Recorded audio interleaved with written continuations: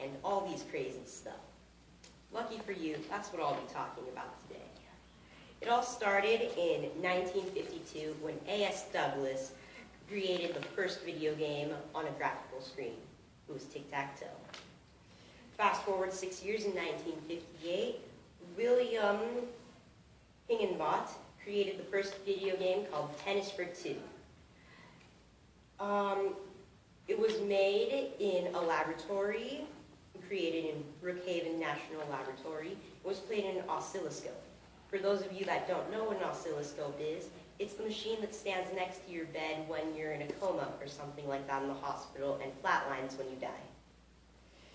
After that, in 1962, MIT student Steve Russell invents Space War, the first computer-based video game. Over the following decade, it goes to computers across America. A decade after Space War, it's 1972, and Nolan Bushnell and Al Alcorn of Atari developed an arcade table tennis game. When they test it in a tavern, the game stops working. Why? Because the game was jammed with quarters, and hence a legend called Pong was made. 2 years after Pong, a new game called Maze Wars was invented. It was the first first-person shooter ever. 1977, Atari releases the video game computer system, more commonly known as the Atari 2600, featuring joysticks, interchangeable cartridges, game in color, and switches for selecting games, setting difficulty levels, and changing levels. It makes Americans across the country video gamers. Go forward, 1980, we have Pac-Man. Pac-Man comes to arcades all across the world. Pac-Man was inspired by a missing slice of pizza, apparently. Pac-Man had quite the cheesy start. Fine, it's not funny. 6 years after that, we have Donkey Kong, featuring a character that would become world famous later called Jumpman. Never heard of him? Or have you heard of him? Yes. Woo! Donkey Kong! Okay. No, I'm just talking about Jumpman. Jumpman's now more commonly known as Mario.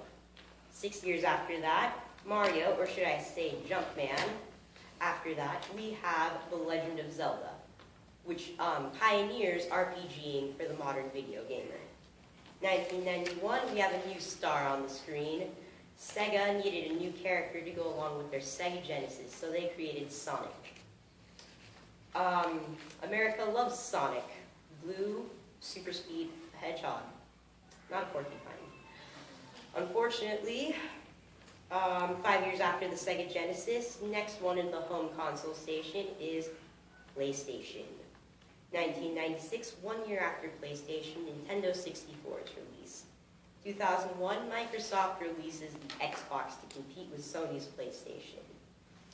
4 years after that, there's the Xbox 360, which brings high-definition gaming to the market. In 2006, the Wii comes around with its motion technology. In 2009, iPhone games become popularized, along with Facebook games. 2010, Minecraft comes out. Yes. 2011, Skyrim comes out. 2012, Nintendo's Wii U comes out. On November 15th, 2013, PlayStation 4 will be coming out with its DualShock camera, which is kind of like a Kinect.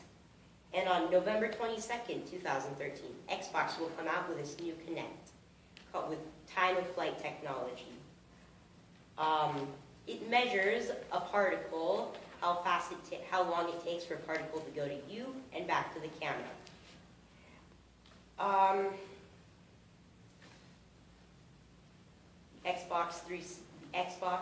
Microsoft is finally connected to the world. My thoughts are good. What comes next, you might be thinking? Well, virtual reality is what I think. Right now, they're developing a game system called the Oculus. It's a headset, it's a headset that has 3D technology and also has earphones for high definition sound. You then also have wands, kind of like a Wiimote, but longer and less bulky, that you have on your hands. If you move your hands, your character moves them the same way. Third, and finally, to make this thing reality, they needed a way for you to move. So they developed something called the Omnitread. The Omnitread is basically a treadmill that's circular and has sliding digs. It's made out of no friction metal and has grooves all along it. Has special shoes that come with it that you put on, have really high tension on it, and have a little point at the end.